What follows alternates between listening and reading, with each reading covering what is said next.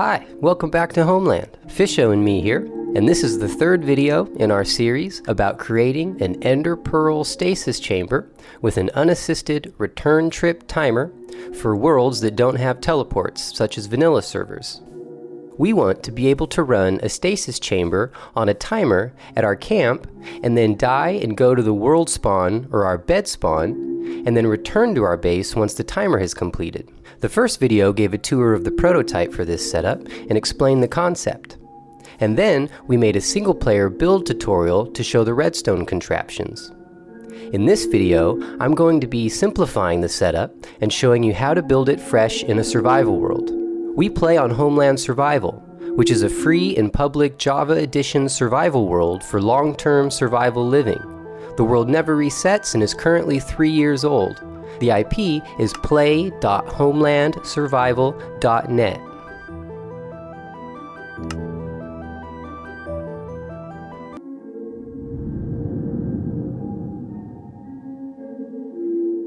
First, I'm going to dig down and create a nether portal a few blocks above bedrock because I find it more convenient and safe to work underground.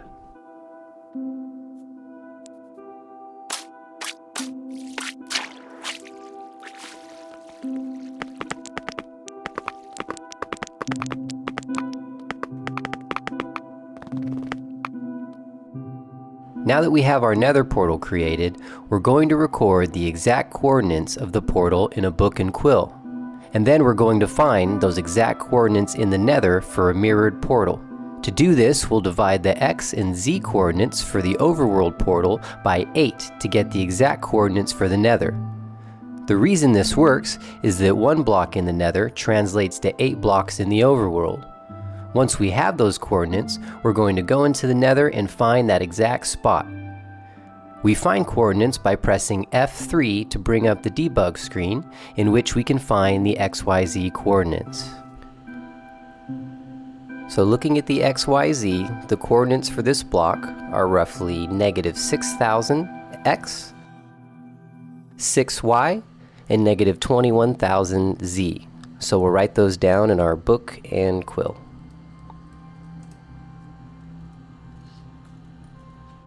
And now, to get the coordinates in the nether for a mirrored portal, we'll divide these numbers by 8.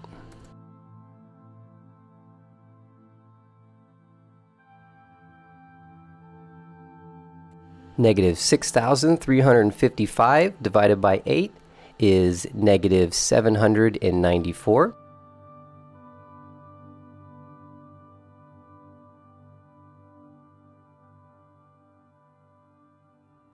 And -21,385 divided by 8 is -3,467. The Y coordinate will stay the same.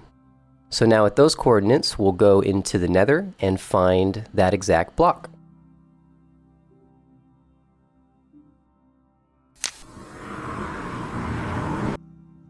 So now this automatically generated portal in the nether was put in a nearby open and safe place. And that's why we need to find the exact coordinates to mirror our overworld portal and move the nether portal to that location. Looks like I made a mistake with my chords. It's always good to double check your chords. The Z seemed way far off, so I double checked that. Looks like I made a mistake here. -21,385 divided by 8 is -2,673.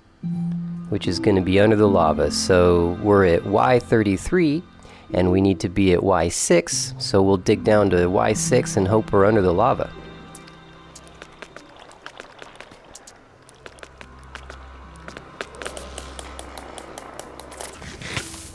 This could get a little dangerous.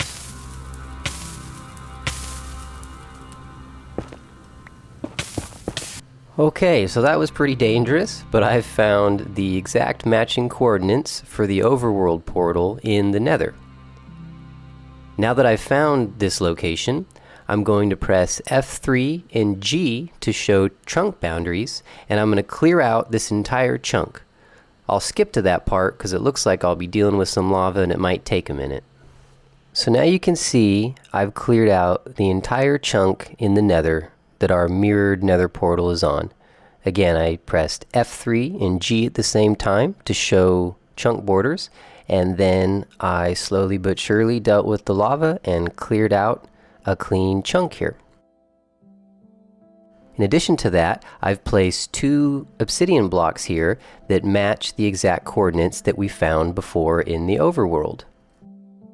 Now that that's done, we'll finish our nether portal here, go back to the overworld, and make our stasis chamber on that chunk there.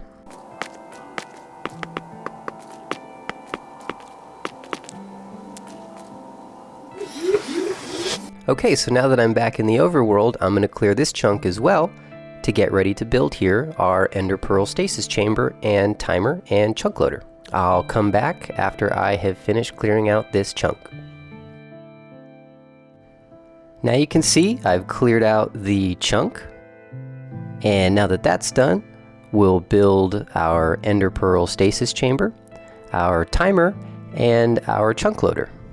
So to start the stasis chamber, we'll just go to the opposite end of the chunk here.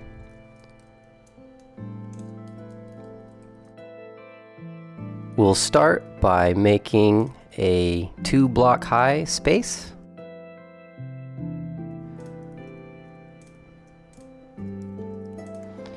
This is where our player will drop down.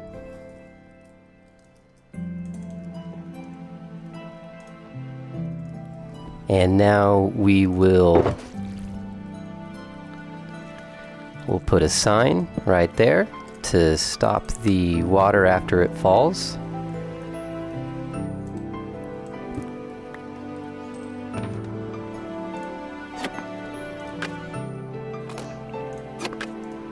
We'll place a sticky piston on the 3rd block and a piece of soul sand on that, and break the block next to it so it has a place to go. Above the soul sand, we need to break 7 blocks to suspend our ender pearl.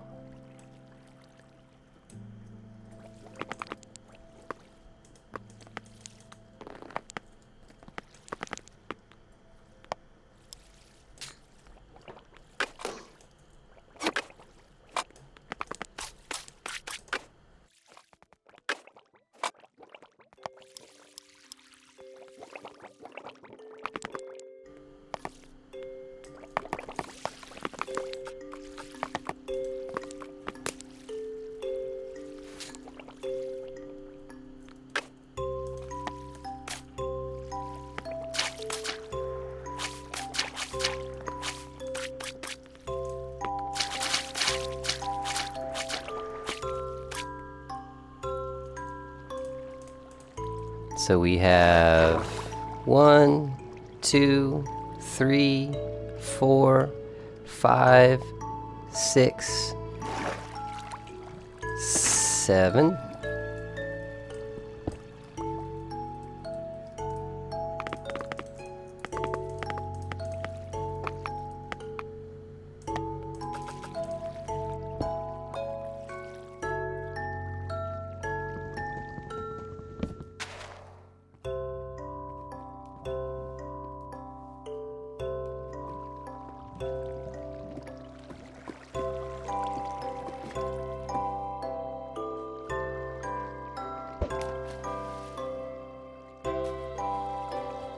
And there's our suspended ender pearl. So now off of the back of the piston, we'll add some redstone dust going to an observer, which is going to be triggered by the timer we'll build next. The reason we use an observer is that it sends a short enough pulse so that the piston will do a fast flicker, pushing the soul stand forward and leaving it. The redstone pulse is fast enough that it doesn't bring back the soul sand with it, allowing the space to open up for us to fall through.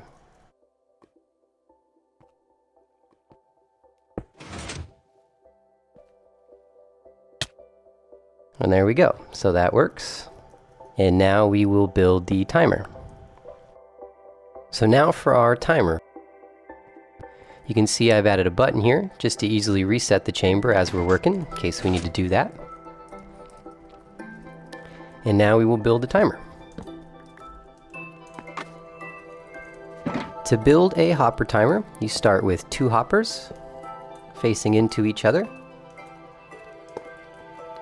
And this is going to provide the actual timing mechanism as items go back and forth through these. Coming out of those, you'll place a comparator each to pass along the redstone signal. Those will go into a block. Those blocks will go into a piece of redstone dust.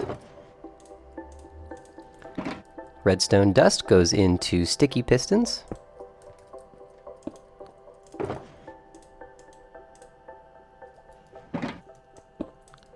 Which will push back and forth a block of redstone. So again, the way this works is you will put some items in one of the hoppers. The hopper with the items pushes a redstone signal into the comparator, which goes through the block, through the redstone dust, and extends the piston. And then as the hoppers pass the items back and forth, the pistons will go back and forth with the block of redstone. And this is the backbone of our timer. Now we'll make an on-off switch for it, and we'll make it on this side here. And for that, we'll place a block and put a lever on top of that. With this block powered, that prevents items from leaving this hopper. The reason I'm starting it on this side is that we're going to use this side of the timer to extend our redstone signal for a timer extension. And by pausing it on this side, it takes 1 full round trip for the extended timer to trigger, because the redstone block needs to come back this way and back to this spot again in order to trigger the next part of the timer.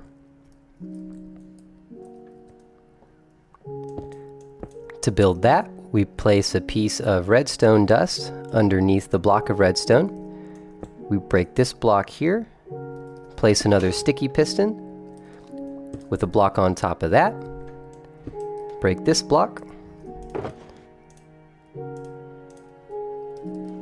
and we'll place a repeater in there, slow down 3 ticks. Then on the next blocks, we'll place 2 pieces of redstone dust, break these, and then 2 torches. So the way this works is the torches stay on, and on top of those torches we're going to make another hopper timer, which again is 2 hoppers pointed into each other.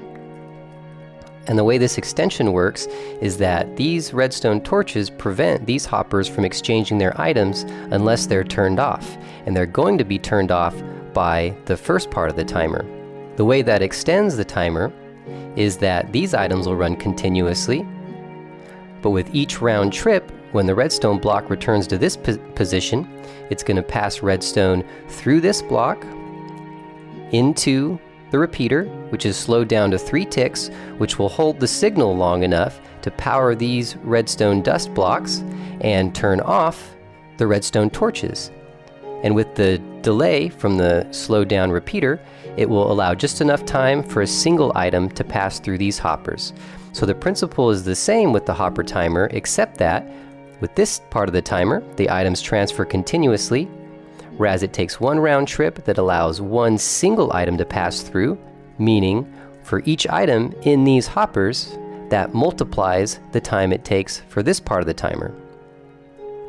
So for example, I've found that if you fill all the spaces with a full stack and start from this position, it takes 4 minutes for the redstone block to come back to this side and then back to the other side.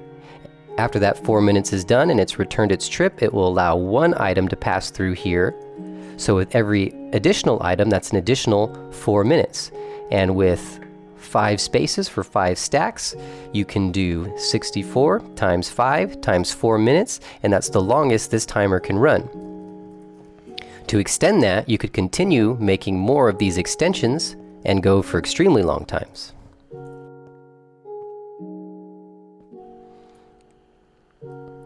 But now we'll finish the second part of the timer, the second hopper timers. And again, coming out of our two hoppers, going into each other, a comparator each, going into a block, going into a piece of redstone dust, going into sticky pistons,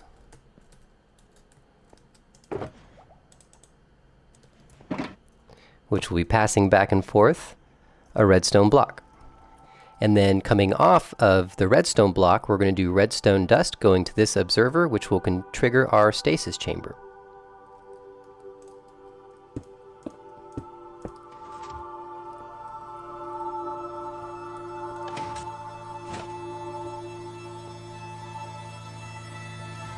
To do the minimum amount of time, you need one item in each hopper.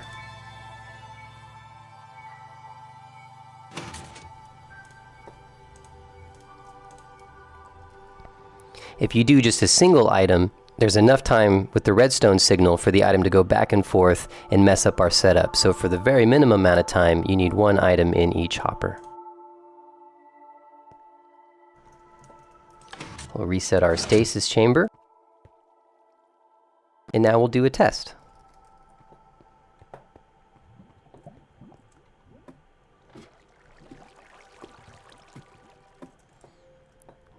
You just point straight down to throw your ender pearl. It'll get pushed up by the 7 source water blocks and it'll be suspended there.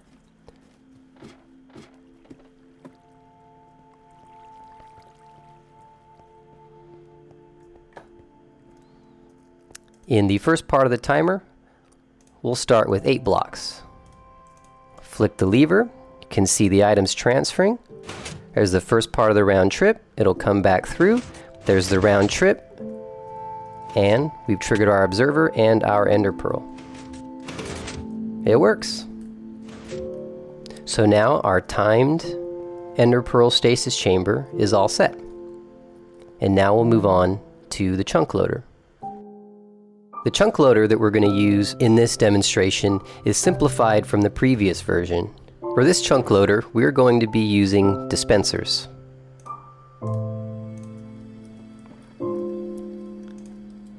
So to do this, we'll place one block, place a dispenser on top, point it into the portal, and then we're going to make a redstone pulse circuit. To make a redstone pulse circuit, we need 4 repeaters, some redstone dust, and a redstone torch.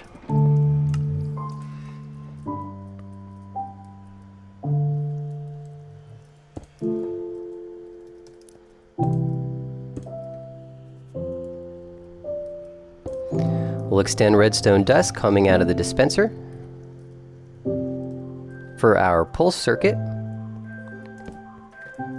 we make a circle of repeaters.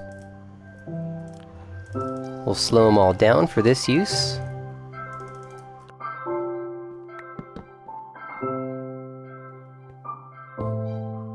Then around those, we'll place redstone dust. And then to start this, you're going to place a torch, which will start a redstone signal, which will go around. Then we're going to break the redstone torch, and the signal will go dead around. However, it'll still be on the back end here. So if we place a piece of redstone dust, it will extend the previous signal as the dying signal is going around, and then they'll chase each other and we'll have a pulse circuit.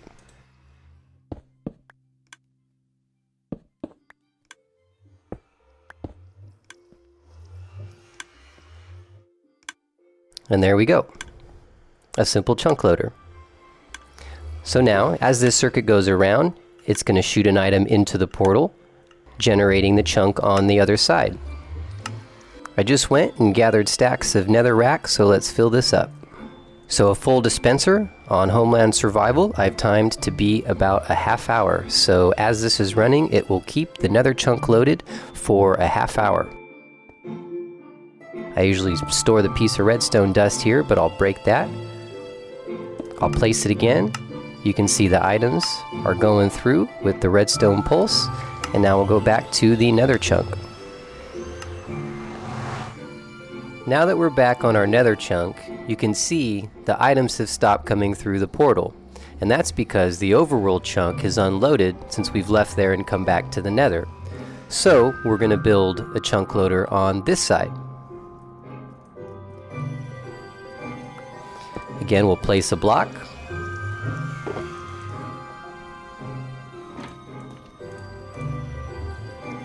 We'll put a dispenser on top of the block, pointed into the portal.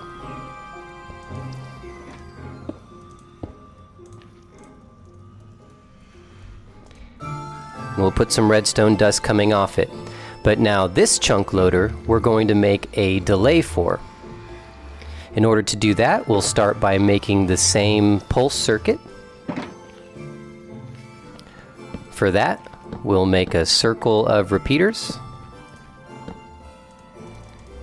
We'll slow them all down. Add redstone dust all around. We'll place our torch to generate a pulse. Then we'll break it, and before the dead circuit comes around, we'll place a redstone dust, and that will start a pulse circuit. Now the way the delay works, off the end of this circuit, we're going to add a torch. Going to break another block.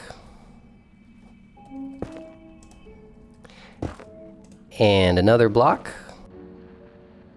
We're going to place a repeater coming off the torch. Another block here. 2 blocks here. Going to place a sticky piston over there with a block on it.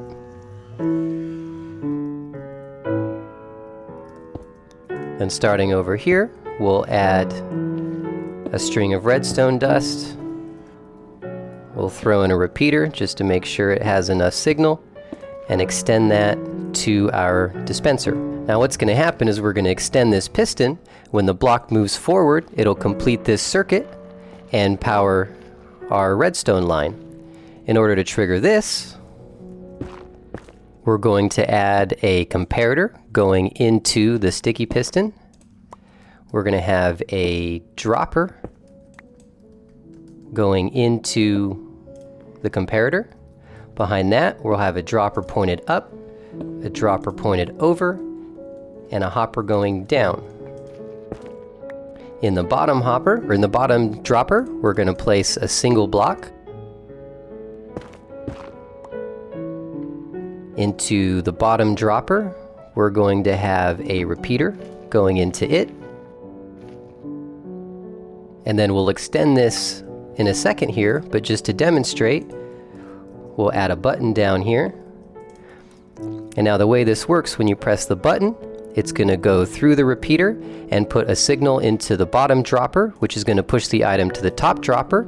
It'll also put a signal into that dropper, which will push it over into the hopper, down into the bottom dropper, and once the item is in the bottom dropper, it's going to generate a signal through this comparator into the sticky piston, which will push our block forward and repeat the circuit. We'll test it. And there you go. To reset it, we'll take the item out, put it back in this dropper, and then we're going to extend our repeaters to have more of a delay.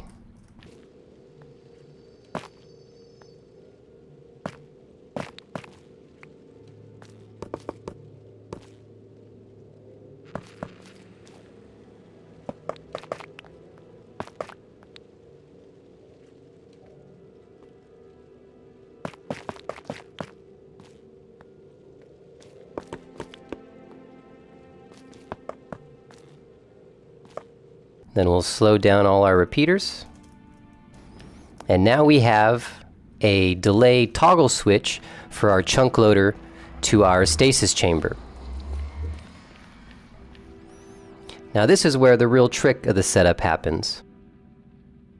The reason we're doing this is because we need to keep the chunk loaded with our ender pearl stasis chamber after our death so that the timer can run and bring us back when it's done. However, the way ender pearls work, if your player dies with the chunk loaded that the pearl is on, the pearl will despawn and disappear. So in order for this to work, we need to load the chunk with our stasis chamber after we die and respawn, so that doesn't happen. So then, before we die, we'll trigger the delay, which will run during our death and respawn, and load our stasis chamber chunk after our death. However, once we do die, this nether chunk is going to unload. So then, we need to make a second chunk loader. We'll make the chunk loader on the opposite end of this nether chunk. Since 1 block in the nether translates to 8 blocks in the overworld, by having portals on opposite ends of the chunk, this second chunk loader will be on a separate overworld chunk. That way, we can get those chunk loaders going, which will keep the nether chunk loaded after our death long enough for the delay to run to trigger the loader to load the chunk with our stasis pearl after our death and respawn. So to do that, we're going to go to the opposite end of our nether chunk, and we're going to create a new nether portal.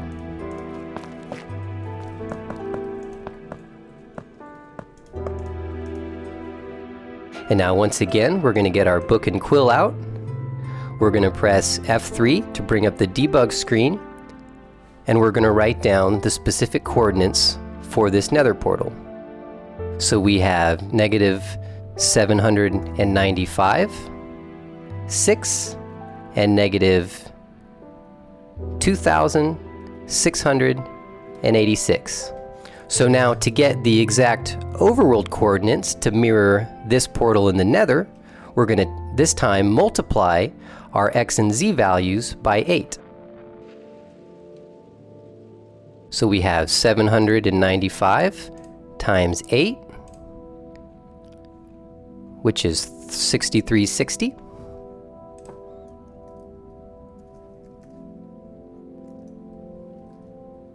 And then 2,686 times 8 is 21,488.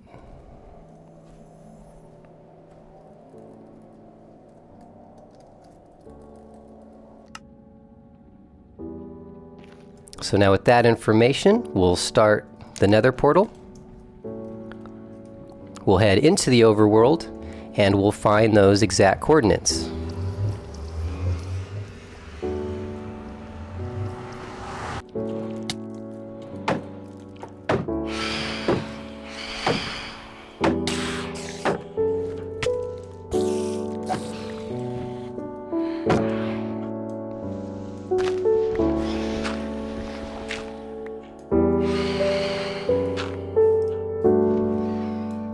Okay, so now that I'm safe underground, we can find those coordinates.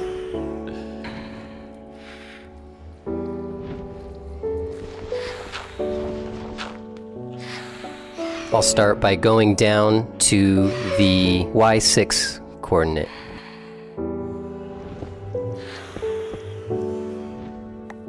Okay, so after getting safe from the phantoms underground, I've tunneled and found our exact coordinates. You can see the X, Y, Z there.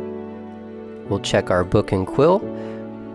We have -6,360, -6,360, -21,488, -21,488 at Y level 6. Now that we're at the exact coordinates, we'll make another nether portal.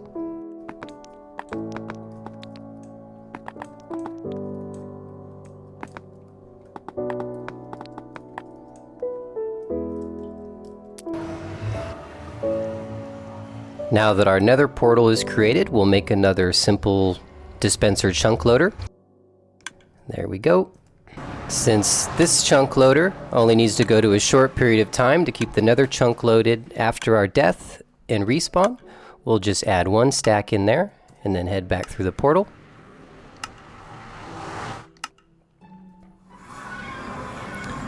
And now we'll make another one on this side.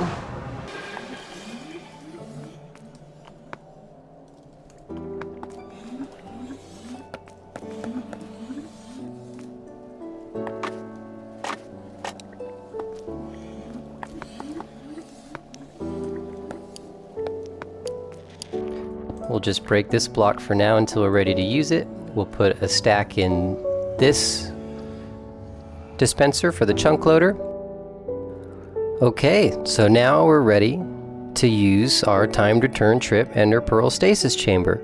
Let's just run through and check everything and get it going. So first we'll go to the overworld chunk with the chunk loader that's going to keep the nether chunk loaded after our death. That's powered and working. We'll just add another stack in there.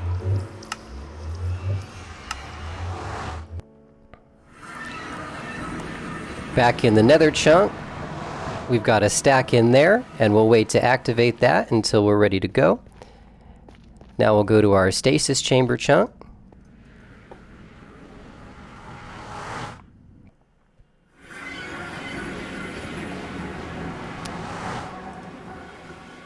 Alright, we got about a full dispenser's worth in there, which should go for about a half hour, which is fine because our timer is only set for 8 minutes.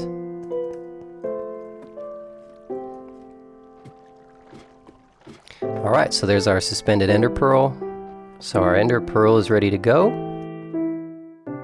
One hopper full of item stacks will take 4 minutes round trip to trigger our extended timer, so that's all ready to go.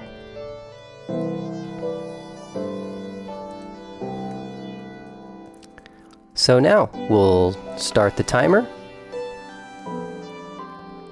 come this way, start the chunk loader, head back into the nether.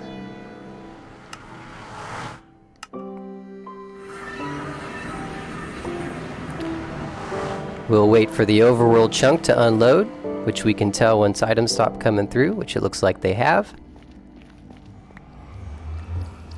Okay, so now we can stash our extra items.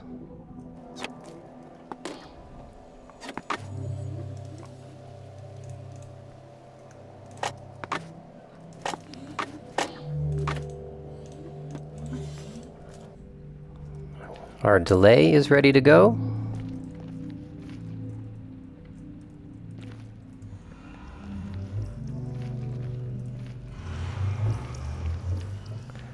Okay, here we go.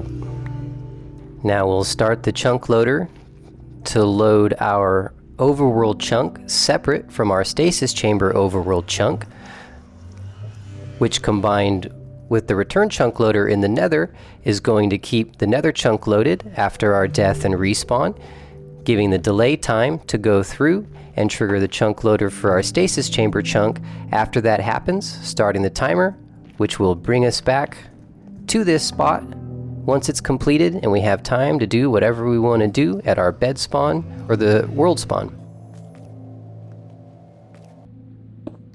So we'll start the chunk loader. We'll wait till we see items coming through. Alright, now that's going back and forth. Okay.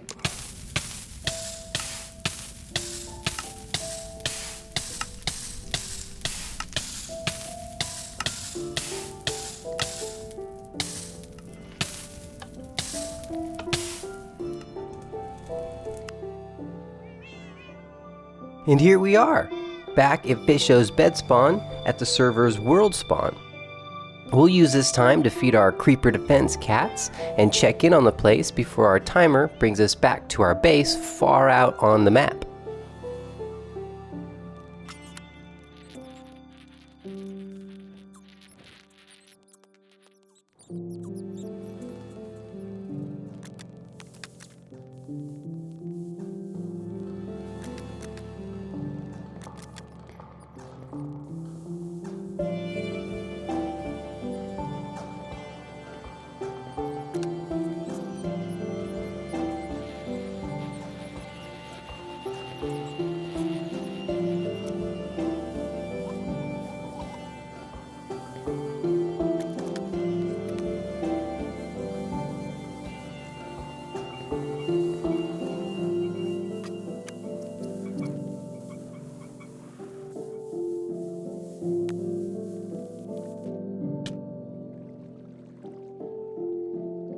And now we're back again, after our unassisted return trip teleport.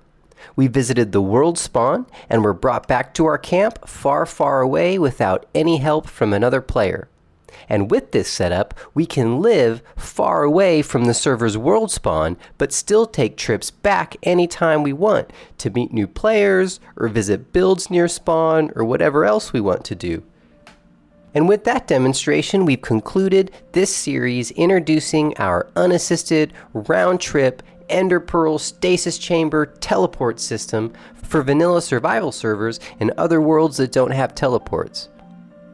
We sure do hope you enjoyed this, learned some new things, and possibly were inspired in your vanilla gameplay. Come visit us sometime on Homeland and say hello to Fisho. Thanks for watching!